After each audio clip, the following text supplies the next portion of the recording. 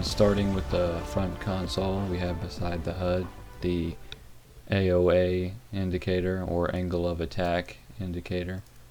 We have a lock and shoot notification box right here.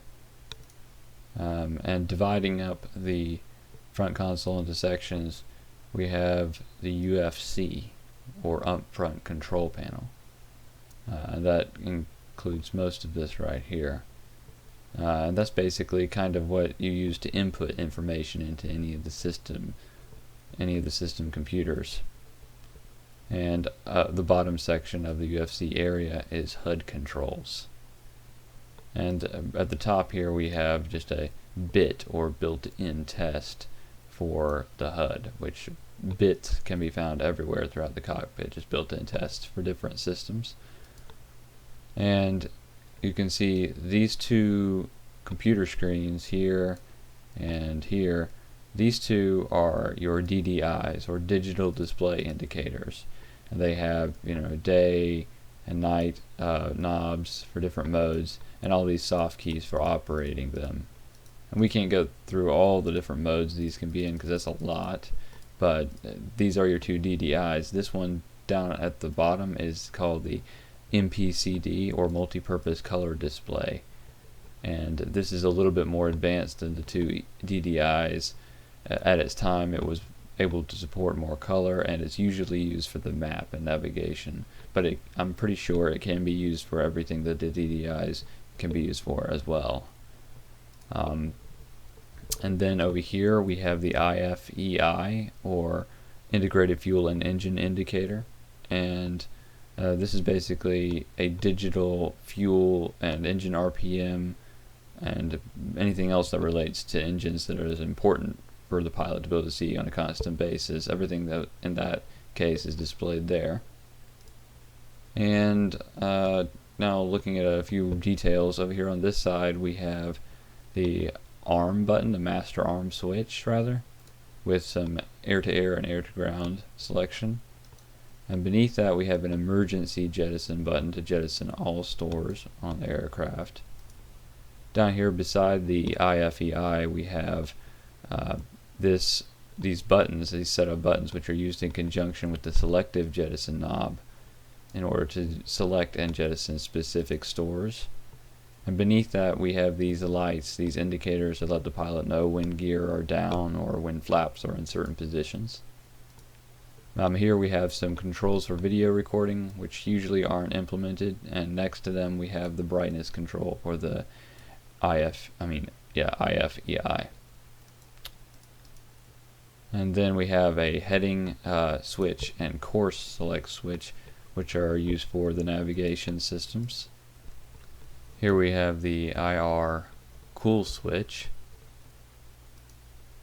and we have the map gain knob, which is used for controlling the brightness of a helmet mounted display in certain models of the F-18. And then beneath that we have the spin recovery switch, which activates an emergency mode for the aircraft to direct the pilot for getting out of spins. Then down here we have the RWR, or radar warning receiver, which most people who have operated or are familiar with fighter aircraft should be very familiar with. It notifies you when you are being scanned with radar. Then here we have the attitude indicator, the backup attitude indicator, and you can't see that well, but you'll be able to see it better in another picture. And then we have these backup gauges for speed, altitude, and climb rate, in case any of the digital ones that are displayed on the HUD and DDIs quit working. And lastly, in this area we have the magnetic compass, backup magnetic compass, which is on the canopy itself. And taking a closer look at the UFC, we can see the warning lights on the side, everything from SAM alerts to fire alerts. And looking at the UFC itself, this IP button is used for transmitting the location on IFF. Next to that, this scratch pad is where any inputs that you type in are put, or anything you have selected is. Over here you have the brightness for the UFC. You have these selector buttons for each of these windows, which is where the individual sub-menus are in the UFC for its different modes and different options, things you can select. This MCON is for limiting the IFF emissions, and over here your ADF, or automatic direction finder, can be switched to COM 1 or 2. Obviously you have this number pad here with all the numerals and a clear and enter button.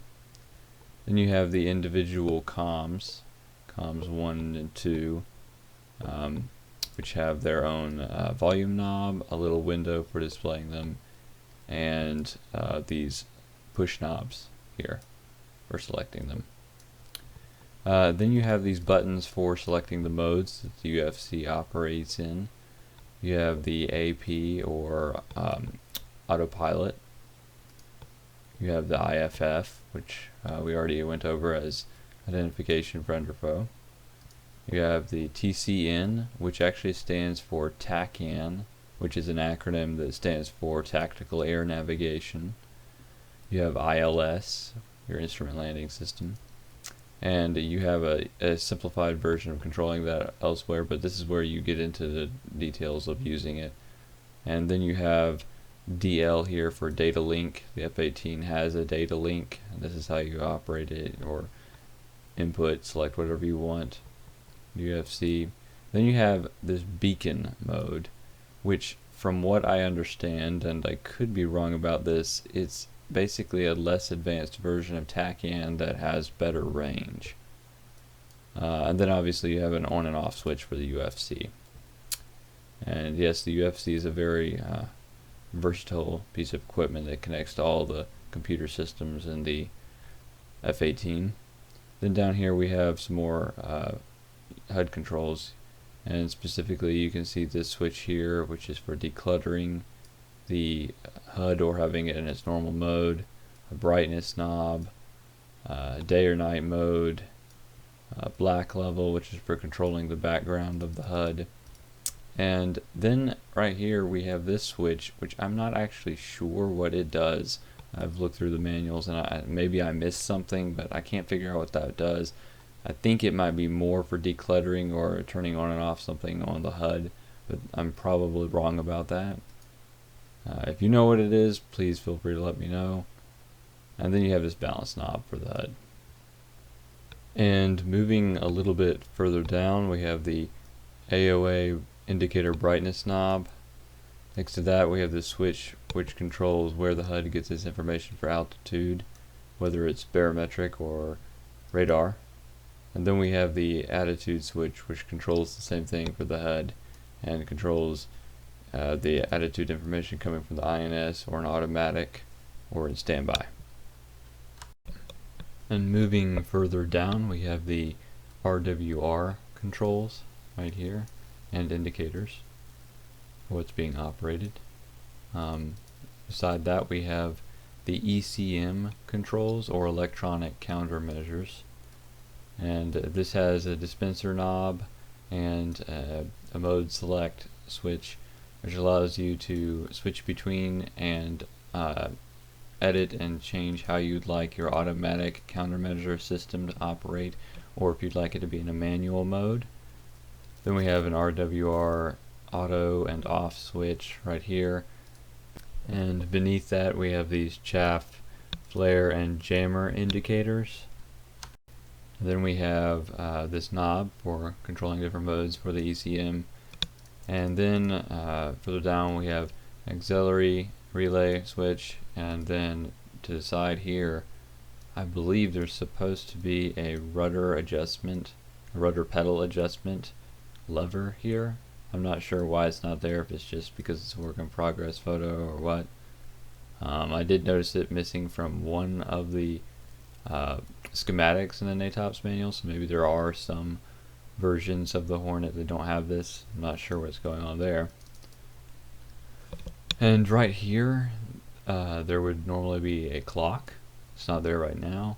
And then further below that, right here, you have a cabin pressure gauge. Now let's take a quick look at the throttle and stick of the F-18. And I owe a thanks to the 14th JAR on the DCS forums for posting these awesome throttle and stick picture diagrams. Starting on the left of this throttle, we can see the exterior lights switch, which I mentioned earlier, and I'm supposing that it actually controls all of the exterior lights. The other exterior light switches are for individualize what you want on, what you want off, but that's the main power switch for all external lights. Moving this way, we have a field of view selector for radar, harm, FLIR, and we have the auto throttle control, or ATC. That's basically cruise control for the fighter jet. Very useful. Antenna elevation. There's basically a little knob down here that you roll with your finger for controlling antenna elevation.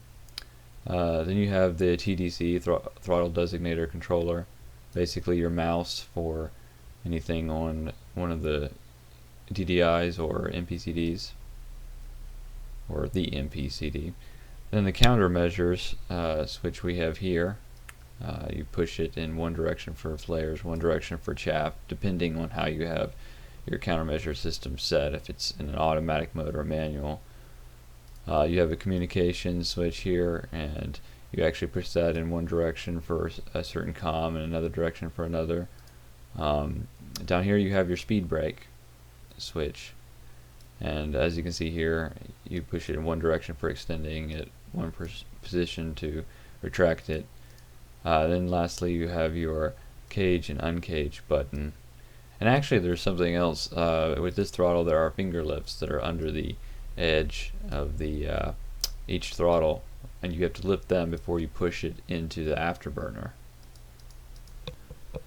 Now taking a look at the F-18 stick, starting at the bottom we have this paddle switch here, which as you can see it disengages nose wheel steering, or the autopilot, or the G limiter. And the G limiter basically means the F-18's flight control computers limit the jet to 7.5 Gs depending on weight load, and you can disengage that in emergencies to allow it to go up to 9 Gs.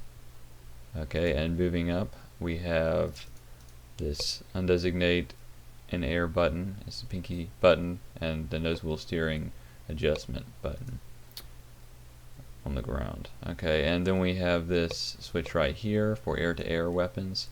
Forward you have AMRAM, back you have gun, and then down to the side you have Sidewinder. I'm not sure how that AIM-7 Sparrow fits into this.